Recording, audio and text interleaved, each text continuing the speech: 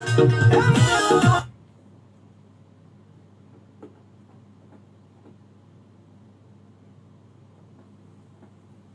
Light बा हवा वाला पुताई बहनिया के दू गो। हाँ और वो साइड वाला दो गो बस।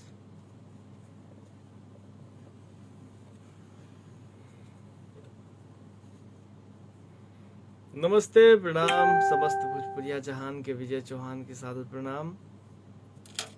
और आज एगो हमार बहुत ही प्यारा सा गीत रिलीज भइल बा, जौना गीत के नाम बा नीलम काहे चीलम धरैलो। तो इ गाना के रउआ लोग प्यार दुलार आशीर्वाद दे।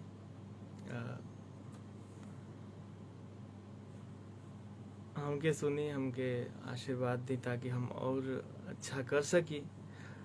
लाइव वीडियो के ऊपर कैप्शन में हम डाल देले बनी गाना के लिंक।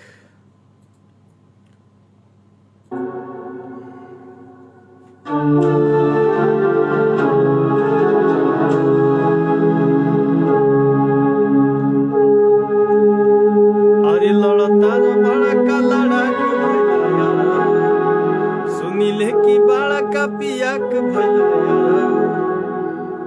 कि हमरा के झूठा हो गजेड़ी बनैलू। ए नीलम हो, ए नीलम हो काहे के चीलम धरैलू, ए नीलम हो काहे के चीलम धरैलू। तो ए पर अरे जरूर उठाए महाराज सिर पे राज्य। Thank you thank you. ये गाना लोग जरूर सुनो। GLF म्यूजिक के माध्यम से ये गाना आज सवेरे रिलीज भइल बा। बहुत जल्दी एक वीडियो बैक टू बैक गीत आ रहा बा हमार। और अगला गीत के पोस्टर आज लोग के बीच में हम अपना पेज से और अपना ID से शेयर करें। ID हमार विजय चौहान रियल बा और पेज बा विजय चौहान लोक गायक। तो हमारा पेज के लोग फॉलो कर ली, जुड़ जाए, लाइक कर दी, ताकि हम अपना हर अपडेट से लोग के जोड़ले रहें। बाकी फिर अगला गाना के साथ हम लाइव हैं भैया। सबके प्रणाम, सबके नमस्कार।